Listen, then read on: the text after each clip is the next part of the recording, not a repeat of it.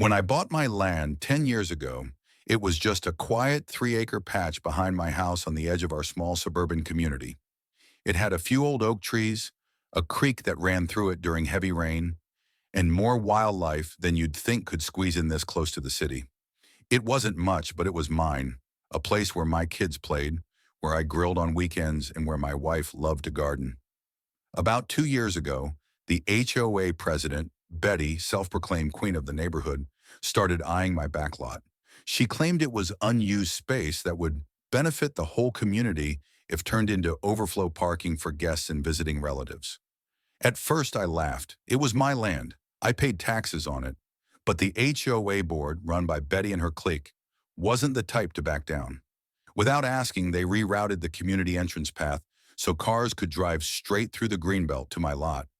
One morning I came out to see heavy machinery tearing out my oaks.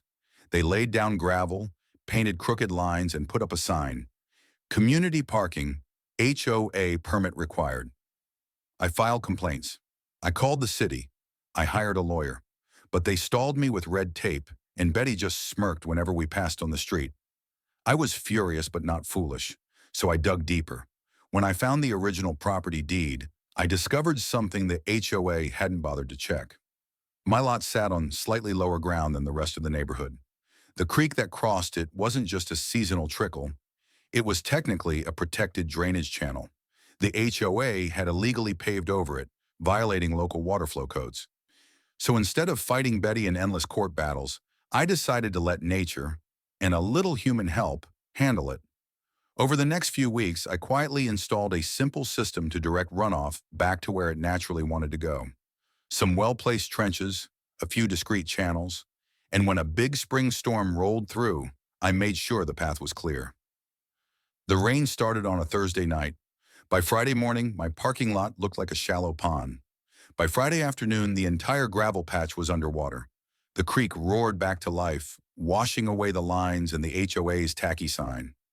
A couple of unlucky minivans sat in 2 feet of muddy water. Betty came stomping to my door, mud up to her ankles, screaming that I'd destroyed community property. I just handed her a copy of my survey and the city's drainage code.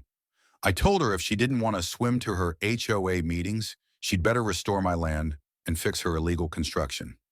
Within 2 weeks, the HOA quietly abandoned the lot. They paid to haul off the gravel, replant native trees, and restore the creek's path. Betty never looked me in the eye again. Now every time it rains, I smile. My kids splash in the puddles, the deer come back to graze, and not a single car dares to park behind my fence. Turns out, sometimes all it takes to win is a bit of patience, a lot of mud, and the good old force of nature reminding people who's really in charge.